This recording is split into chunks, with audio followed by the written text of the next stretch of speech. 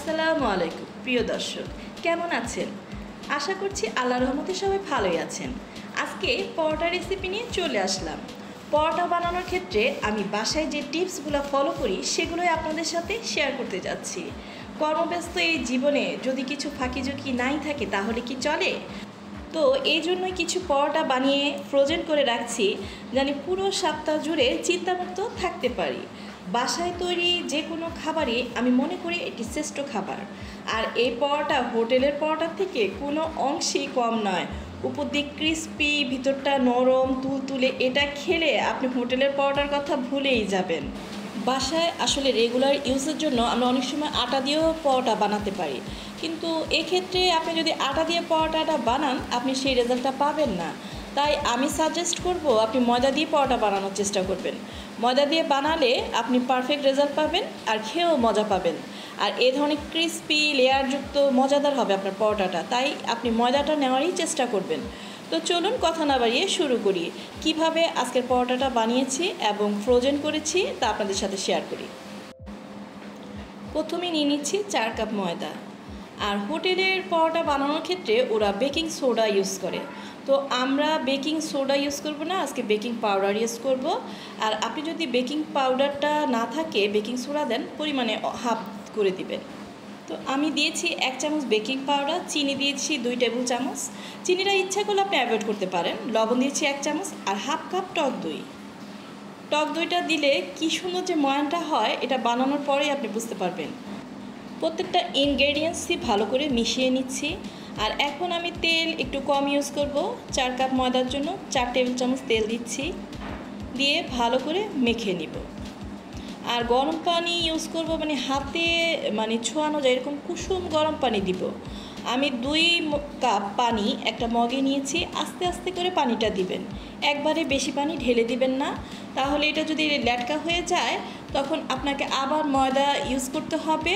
সেই ক্ষেত্রে আপনার ইনগ্রেডিয়েন্টসগুলো যেগুলো ইউজ করেছেন সেগুলোর স্বাদ পাবেন না, তাই আবার সেগুলোকে আর দিতে পারবেন? তাই একটু আস্তে আস্তে করে পানিটা দিবেন আর আস্তে আস্তে করে ময়ানটা করবেন।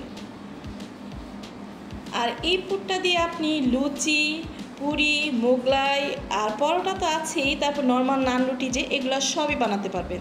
তাই একটা পুর যদি আপনি পারফেক্টভাবে শিখতে পারেন তো এই ডো দিয়ে আপনি সবই বানাতে পারবেন। এখন ডোটা তৈরি হয়ে গেছে। এখন আপনি একটু হাতে তেল ভরিয়ে ভালো করে ময়ান করবেন। যদি মনে হয় যে আপনার ময়ান করতে কষ্ট হচ্ছে তাহলে আপনি কি করবেন, আমি সাজেস্ট করব 5 মিনিট রেস্ট দিবেন, আবার একটু ময়ান করবেন। এরকম করে আপনি প্রায় 30 মিনিটের মতো এটাকে রেস্টে রাখতে হবে। আসলে কি, ডোটাকে আপনি যত মসৃণ করে মুথবেন আপনার খাওয়ার সময় পরোটাটা নরম তুলতুলে হবে আর খুব ভালো লাগবে খেতে, ভিতরে নরম সফট হবে। এখন আমি 30 মিনিটের জন্য রেস্টে রেখে দিচ্ছি। ফিরে আসছি 30 মিনিট পর।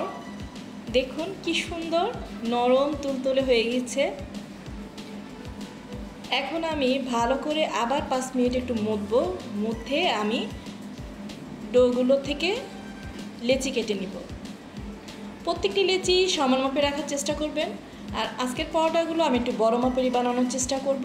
আপনি ইচ্ছা করলে আপনি ছোট বানাতে পারেন। আমার এখানে 11 পিস হয়েছে। প্রত্যেকটি লেচিকে আমি ভালো করে রোলিং করে এভাবে গোলা করে রাখবো, কারণ আপনি যদি কিছুক্ষণ রেস্টে না রাখেন গোলাগুলো তাহলে কি হবে, আপনার বেলার সময় খালি ছোট হয়ে আসবে। তাই কিছুক্ষণ রেস্টে রেখে তারপর বেলবেন। তো প্রত্যেকটি টিপস ফলো করবেন, দেখবেন আপনার পরোটাগুলো খুব সুন্দর করে বেলতে পারতেছে। এখন আমি এভাবে কিছুক্ষণ রেস্টে রেখে তারপর বেলতেছি। প্রত্যেক পিস পরোটা বেলার পরে আমরা কিন্তু ভিতরে তেল দিব আর একটু আটা দিব, কিন্তু কখনো কর্নফ্লাওয়ার দিবেন না। কর্নফ্লাওয়ার দিলে এগুলো ফুলে 2 ভাঁজ হয়ে যায়, তখন ভালো লাগে না।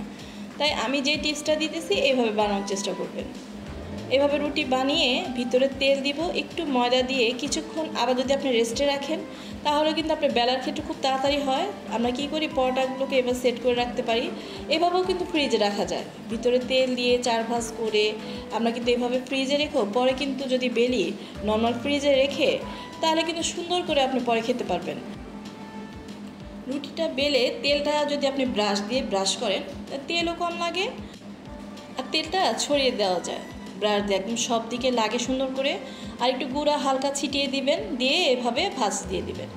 এভাবে ভাঁজ দিয়ে আপনি বেলে ফেলতে পারেন। আমি কি করি, এভাবে ভাঁজ দিয়ে আবার কিছুক্ষণ রেস্ট দিই, রেস্ট দিয়ে তারপর আমি বেলি। এখন আজকে আপনাদেরকে আমি একটা বেলে দেখাচ্ছি। এভাবে আপনি বেলতে পারবেন। দেখেন কি সুন্দর ময়ান হয়েছে। এটা বেললেই কিন্তু আপনার সাইজে চলে আসে। আস্তে আস্তে করে এভাবে বেলে আমি বড় করে নিচ্ছি।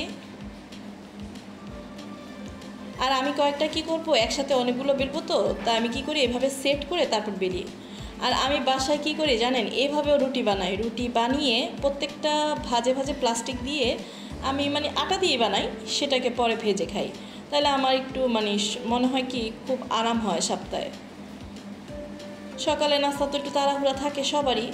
এভাবে আপনি পলিথিন দিয়ে, পলিথিনগুলো আপনি কেটে নেবেন, ঘরে যে পলিথিন থাকে সেগুলোকে কেটে নেবেন। আর শিট কেনার কোনো দরকার নাই। আমি তো ওই যে ফ্রোজেন পাওয়াটার জন্য যে পলিথিনগুলো সেগুলো রেখে দিয়েছি, সেগুলো আস্তে আস্তে দিচ্ছি। আর বাড়তি যেগুলো, সেগুলো আমি পলিথিন কেটে ইউজ করি। একটু শক্ত টাইপের পলিথিনগুলো আনলে বাসায় বাজারের থেকে, তখন আমি এগুলোকে কেটে ইউজ করি। এভাবে তেলটা ব্রাশ দিয়ে ছড়িয়ে দিলে চারিদিকে দেখছেন কি সুন্দর করে ছড়িয়ে যায়। তো আমি আপনাদেরকে আরেকটা ভাঁজ দিয়ে দেখিয়ে দিচ্ছি। এভাবে করে আমি রেখে দিব কয়েকটা বানিয়ে, তারপরে আবার পরোটাগুলো বেলতে চলে আসব।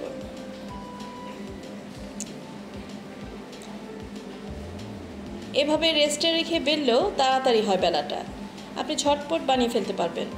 তাই আমি চেষ্টা করছি যারা নতুন তারা জানি আমার এই ভিডিওটা দেখে একটু উপকৃত হন আর এভাবে খুব সহজে কাজটি সেরে নিতে পারেন।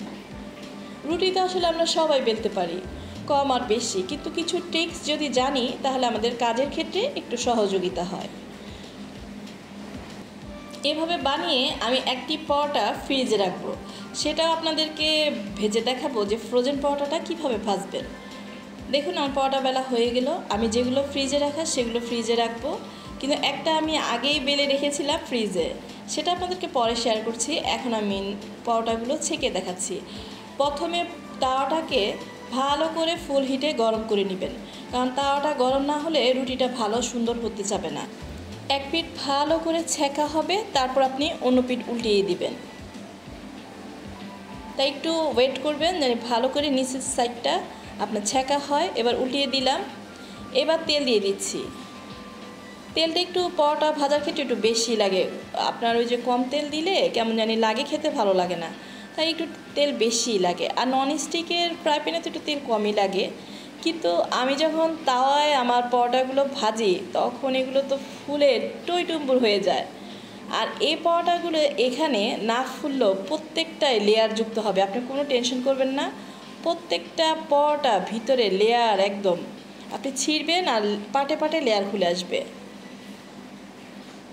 কিছুক্ষণ ভাজলেই আপনার পরোটাটা হয়ে যাবে। প্রথমে আগুন হাই হিটে থাকবে, তারপর আপনি লো মিডিয়াম হিটে দিয়ে দিবেন। একদম লো হিটে কিন্তু দিবেন না, মিডিয়াম হিটে রাখবেন। দেখেন আমি তো একটু লাল লাল ভাজা পছন্দ করি, আপনারা যেরকম পছন্দ করেন সেভাবে নামিয়ে ফেলবেন। এভাবে পরোটা বানিয়ে আপনি সবজি দিয়েও খেতে পারবেন, চা দিয়েও খেতে পারবেন, সর্বক্ষেত্রে এটা মজা লাগে। দেখেন আমার একটা হয়ে গেছে, আমি আরেকটা দেখাচ্ছি। তাওয়াটা কিন্তু এখন গরমে আছে, ইচ্ছা করলে আপনি তেলটা মুছে নিতে পারেন, আমি আর মুছিনি, এই তেলের মধ্যে দিয়ে দিয়েছি। তারপর আমার যখন এক পাশ হয়ে গেল তা আমি উল্টিয়ে আরেক সাইড দিয়ে দিচ্ছি, আর তখনই আমি তেল দিয়ে দিচ্ছি। তেলটা দিয়ে আমি একটু সুন্দর করে আস্তে আস্তে ভেজে নিচ্ছি। এখন কিন্তু আমার চুলা মিডিয়াম হিটে, কারণ এখন যদি আপনি হাই হিটে চুলা রাখেন তাহলে কিন্তু পুড়ে যাবে। তো এক্ষেত্রে আপনাকে অবশ্যই সাবধানতা অবলম্বন করতে হবে। আর এই পরোটাটা ভাজার পর আমি ফ্রোজেন পরোটাটাও আপনাদেরকে ভেজে দেখাবো। আমি যে ফ্রিজে পরোটাটা রেখেছি সেটা প্রায় আধা ঘন্টা হয়ে গিয়েছে, তো এটার পরে আমি সেটাও ভেজে দেখাবো। আর ফ্রোজেন পরোটা ভাজার সময় সবসময় ননস্টিকের ফ্রাই প্যানে ভাজলে ভালো হয়। দেখেন ফ্রোজেন পরোটাটা শক্ত হয়ে গেছে, এটাকে আমি ভাজতেছি। কীভাবে, একটু আগেই তেলটা দিচ্ছি, আস্তে আস্তে করে আপনি, কিন্তু তাওয়াটা কিন্তু গরম থাকতে হবে। আস্তে আস্তে ভাজবেন ঠিক আছে, তাওয়া যদি গরম না হয় সেক্ষেত্রে কিন্তু পরোটাটা দিবেন না। তাওয়াটা গরম করার পর আগুনটা আপনি মিডিয়াম হিটে রাখবেন, আর আস্তে আস্তে অল্প অল্প তেল দিবেন। ফ্রোজেন পরোটার ক্ষেত্রে কিন্তু আপনার তেলটা একটু কমই লাগে, অল্প অল্প করে তেল চারদিক দিয়ে ছড়িয়ে দিলে দেখবেন এটা ফুলে উঠবে।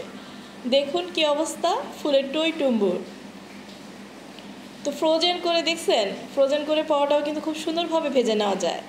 আমি কিন্তু নর্মাল আটা দিয়ে এভাবে রুটি বানিয়ে হালকা তেল দিয়ে মানে তেলটা ব্রাশ করেও রুটি ছেঁকে নিই, খুব সুন্দর হয়। তো আজকের প্রত্যেকটা টিপস যদি আপনাদের ভালো লাগে তো একটি লাইক দিবেন, ফ্রেন্ডস অ্যান্ড ফ্যামিলির সাথে শেয়ার করবেন, আর আমাকে সুন্দর একটি কমেন্ট করে যাবেন।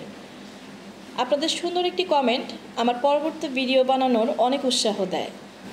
এরকম মজার লেয়ারযুক্ত পরোটা ঘরে বানিয়ে ফেলুন, আর দোয়া করবেন পরবর্তীতে জানি আমি সুন্দর একটি রেসিপি নিয়ে আপনাদের সামনে হাজির হতে পারি। আজকে বৃষ্টি হচ্ছে, আওয়াজটা সবাই একটু ক্ষমা সুন্দর দৃষ্টিতে দেখবেন যখন আমি ভয়েস দিচ্ছিলাম। আজ এ পর্যন্তই, আল্লাহ হাফেজ।